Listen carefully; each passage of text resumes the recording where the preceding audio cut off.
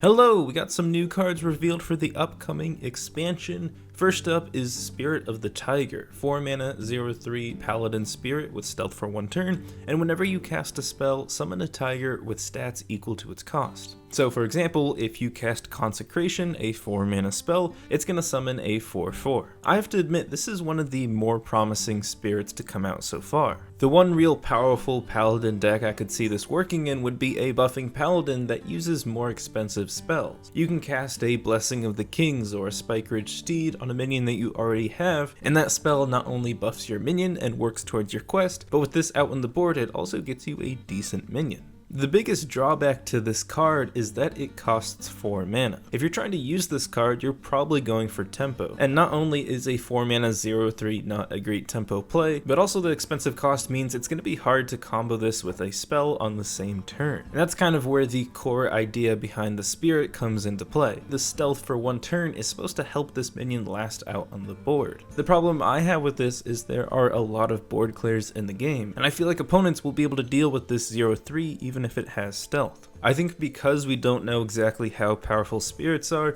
it's a really risky card. But I think if you're able to play this on turn 4 and then buff it on turn 5, it's a great option for a buffing paladin. Next up is Raiding Party, 3 mana rogue spell, draw 2 pirates from your deck, and combo draw a weapon. Drawing 2 minions is great, and drawing specifically pirates can be good, but the deck obviously needs to have those pirates, and the pirates actually have to add value to the deck. And what's interesting about this card is with combo you also draw a weapon. There are a decent amount of pirates already in the Kingsbane deck, and I think you could fit a couple more in order for this card to work. I'm guessing that they're going to add more pirates to rogue since they've already released 2 pirate synergies, so I don't think we really know how useful this card's going to be yet. For now, I'm going to give it a modest score, but just know that if they reveal a rogue pirate with weapon synergy, it's probably going to make this card better. And next up is Grawl the Shark. 5 mana 2/2 Loa Beast God legendary for rogue with Battlecry, eat a minion from your deck and gain its stats, and Deathrattle, add it to your hand. So eating a minion means you take a random minion from your deck and gain its stats, and then you get it back with the Deathrattle. So the first meme to come out of this card is the Darkness, which if you eat that minion, this becomes a 5 mana 22/22. So there's kind of 2 ways you can benefit from this card. The first is its Battlecry, where it gains the stats of a minion in your hand. You're trying to eat a minion that will give you great stats for just a 5 mana card. I think if you can consistently get a 5 mana 6/6 or better, then this is worth it just on the stats alone. But even with this, you're always going to run the risk of this getting silenced and turning back into a 2/2 that won't return that minion with your Deathrattle. So even though you can get 5 mana 6/6, 10/10s, and 22/22s, I think it's really the Deathrattle where you want to take advantage of this card. You can use its Deathrattle with rogue Deathrattle synergies to get more copies of a minion into your hand. I think this is still a tough card for rogue. For consistency reasons, you really don't want to include cheaper minions. You want value from the stats and the Deathrattle. I think the rogue shuffle and Deathrattle deck can use this card, but it's really just a matter of how consistently can they get the right minion off of the Battlecry, and how much value are they going to get by adding those minions to their hand with the Deathrattle. Next up is Grave Horror, 12 mana 7/8 minion for priest with taunt, and costs 1 less for each spell you've cast this game. What's that meme? It's like, here you can copy my homework but change it a little bit.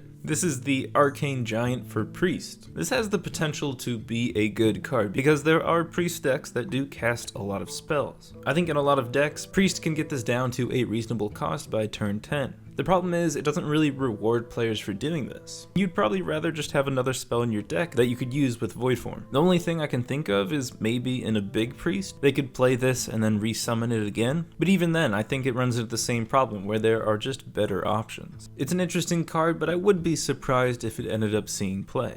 Next up is Untamed Beastmaster, 3 mana 3/4 neutral minion. Whenever you draw a beast, give it 2/2. So there are the Loa Beast Gods in every class this expansion, but still, with a card like this, you definitely want to have a deck that's just full of beasts. Being real, this is mainly for a hunter deck. What's great about this card is it's a 3 mana 3/4, so regardless if it actually buffs a beast, it's actually still not a terrible play. In something like Deathrattle Hunter, there really aren't that many beasts, and so really this would probably be best in a tempo beast deck that has a lot more beasts beasts from different price ranges. The one thing working against this in Hunter is that they don't really have a lot of draw. With this out on the board, you have limited options to draw right away and try to get a beast. And so I think a lot of the time you're going to play this and hope that it survives out on the board and that the card you draw at the beginning of your turn is going to be a beast. So I think this could only work in a tempo deck because tempo decks try to establish a board early and maintain board control. I think this is a great turn 3 because opponents will likely not be able to get rid of it and you may be able to get a beast buff off of this. And when you do end up getting a beast buff, it's going to be amazing tempo. So as long as you're able to set yourself up and give this a chance to survive one turn out on the board, and then you also include enough beasts in your deck, then I think Untamed Beastmaster could be a good option for a tempo hunter. Next up we have Hakar the Soul Flayer, 10 mana, 9/6 legendary neutral with the Deathrattle, shuffle a Corrupted Blood into each player's deck. And Corrupted Blood is a 1 mana spell that casts when drawn, and it reads, take 3 damage. After you draw, shuffle 2 copies of this into your deck. Whenever one of you draw it, it's going to have a snowball effect, and each time you're taking 3 damage and increasing the chance that you're going to get it again. And what's interesting about this card is that based off of the text, it looks like you don't draw another card after you draw this. So if you or your opponent draw Corrupted Blood, you end up not really getting a card that turn. So this is basically a win condition you can go for. Get a Corrupted Blood in your opponent's deck, and then use a bunch of different ways to prevent yourself from dying before they do. You can use this in Warlock with Void Contract to try to get lucky and get the Corrupted Blood out of your deck, but not your opponent's. But I think maybe the most promising deck is again in Rogue, which can not only shuffle multiple Corrupted Bloods into both decks by activating its Deathrattle, but they can also shuffle cards of their own in their deck to outlast their opponent and not draw Corrupted Blood. It's kind of like the old Fatigue Rogue, except for this one, instead of actually getting to Fatigue, you're just getting to a point in the game where your opponent continues to draw Corrupted Blood. And this makes it not quite as good because the damage doesn't grow exponentially. Your opponent is only going to take 3 damage every turn, and they're never actually going to reach Fatigue. With that said though, they won't really be drawing any useful cards, so if you can get them down to a point where they only have Corrupted Blood in their deck, then you only have to outvalue the cards they have in their hand. Unless one of those cards is Sulking Geist. That's the one hard counter to this card. And so I think Hakar the Soul Flayer is a really unique legendary.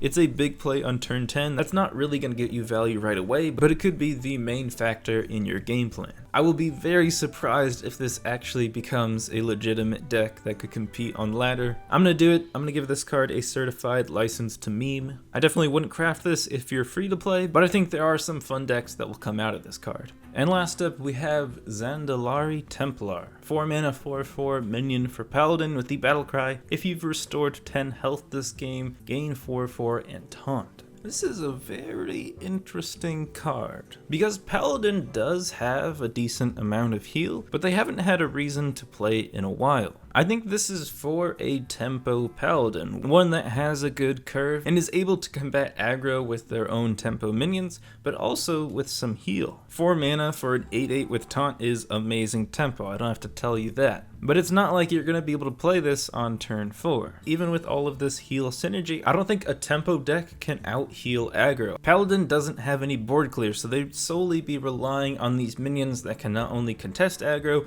but restore health. The problem is though, these minions don't have great stats, and besides their healing effect, aren't really geared to control aggro. I like that they're pushing slower Paladin decks, and I think this could also work in a control deck. But I just don't think the heal requirement is something that can be satisfied at this point in Paladin. The cards Paladin's gotten so far have been very control oriented, and a lot of them have been pretty good. I still don't think it's enough, but I guess we'll have to see as more cards are revealed. Those have been all of the cards revealed for today. I'll be back tomorrow with some more, but until then, ta-ta.